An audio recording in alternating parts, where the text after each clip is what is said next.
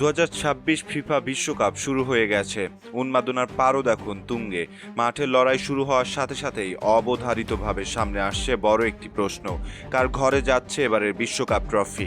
Argentina, France, Spain নাকি England? Football ভক্তদের এই চিরন্তন বিতর্কের মাঝে নিজের ভবিষ্যৎবাণী ও বিশ্লেষণ নিয়ে হাজির হয়েছেন ইংল্যান্ডের কিংবদন্তি ফুটবলার এবং ইন্টার মায়ামির সহমালিক ডেভিড বেকহাম। উত্তর আমেরিকার 3 দেশে যুক্তরাষ্ট্র, কানাডা ও মেক্সিকোর যৌথ আয়োজনে শুরু হয়ে গেছে greatest show on earth 2026 FIFA বিশ্বকাপ। 48টি দেশের এই মহা লড়াইয়ে কার মাথায় উঠবে শ্রেষ্ঠত্বের মুকুট? ফুটবল পাড়া থেকে শুরু করে চায়ের কাপে এখন ঝড় তুলছে এই একটি প্রশ্ন, বর্তমান বিশ্ব চ্যাম্পিয়ন আর্জেন্টিনা, ইউরোপের 2 জায়ান্ট ফ্রান্স ও স্পেন নাকি ট্রফি খরা কাটানোর মিশনে থাকা ইংল্যান্ড? কাকে এগিয়ে রাখছেন বিশেষজ্ঞরা? সম্প্রতি এবিসি নিউজকে দেয়া এক সাক্ষাৎকারে নিজের ভবিষ্যৎবাণী ও চাঞ্চল্যকর ডার্ক হর্সের নাম প্রকাশ করেছেন ইংলিশ কিংবদন্তি ডেভিড বেকহাম। বিস্তারিত থাকছে প্রতিবেদনে।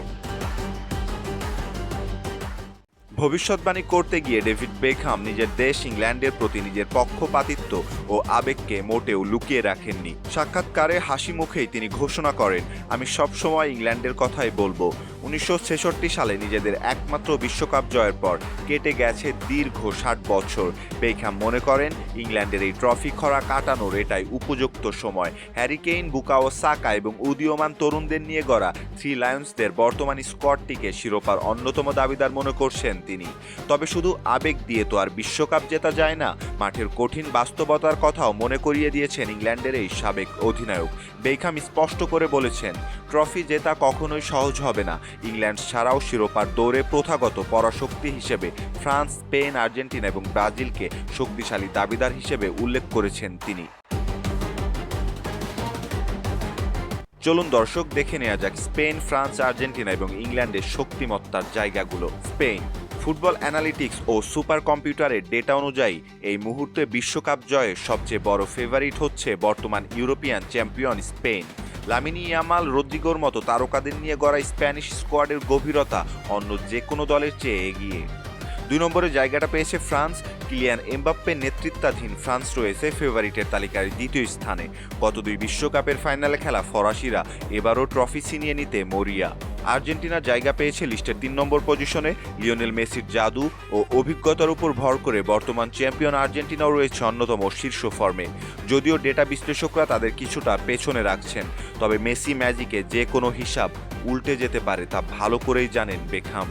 বেকহাম নিজের দেশ ইংল্যান্ডকে জায়গা দিয়েছেন লিস্টের 4 নম্বর স্থানে। জুড বেলিংহাম, হ্যারি কেইনদের নিয়ে গড়া ইংল্যান্ডের আক্রমণ ভাগ বিশ্বমানের। বেকহামের আশা 60 বছরের আক্ষেপ ঘুচিয়ে ট্রফি এবার সত্যি হেডকোয়ার্টারে ফিরবে। তবে খবরের সবচেয়ে বড় টুইস্টটি এসেছে বেকহামের একটি বিশেষ সতর্কবার্তায়। বড় দলগুলোকে সাবধান করে দিয়ে তিনি বলেন, প্রতিটি বিশ্বকাপেই কোনো না কোনো দেশ চমক দেখায়, আর 2026 বিশ্বকাপের জন্য বেকহামের চোখে সেই সিক্রেট বা ডার্ক হর্স দলটি হলো জাপান।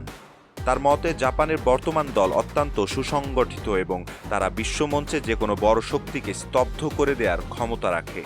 সুপার কম্পিউটারের ডেটা কিংবা ডেভিড বেকহামের ভবিষ্যৎবাণী সবকিছুই টুর্নামেন্টের শুরুতে একটা ধারণা মাত্র।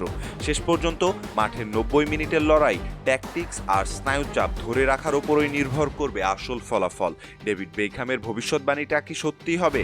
ইংল্যান্ড কি পারবে দীর্ঘ 60 বছরের খরা কাটাতে, নাকি আর্জেন্টিনা, ফ্রান্স, স্পেনের কোনো একটি দল আবারও রাজত্ব করবে ফুটবলে? দর্শক, আপনার কি মনে হচ্ছে কোন দেশ জিতবে এবারের বিশ্বকাপ? কমেন্ট করে আমাদের জানান। খেলাধুলার সবশেষ আপডেট পেতে আমাদের চ্যানেলটি সাবস্ক্রাইব করে আমাদের সাথেই থাকুন। ধন্যবাদ।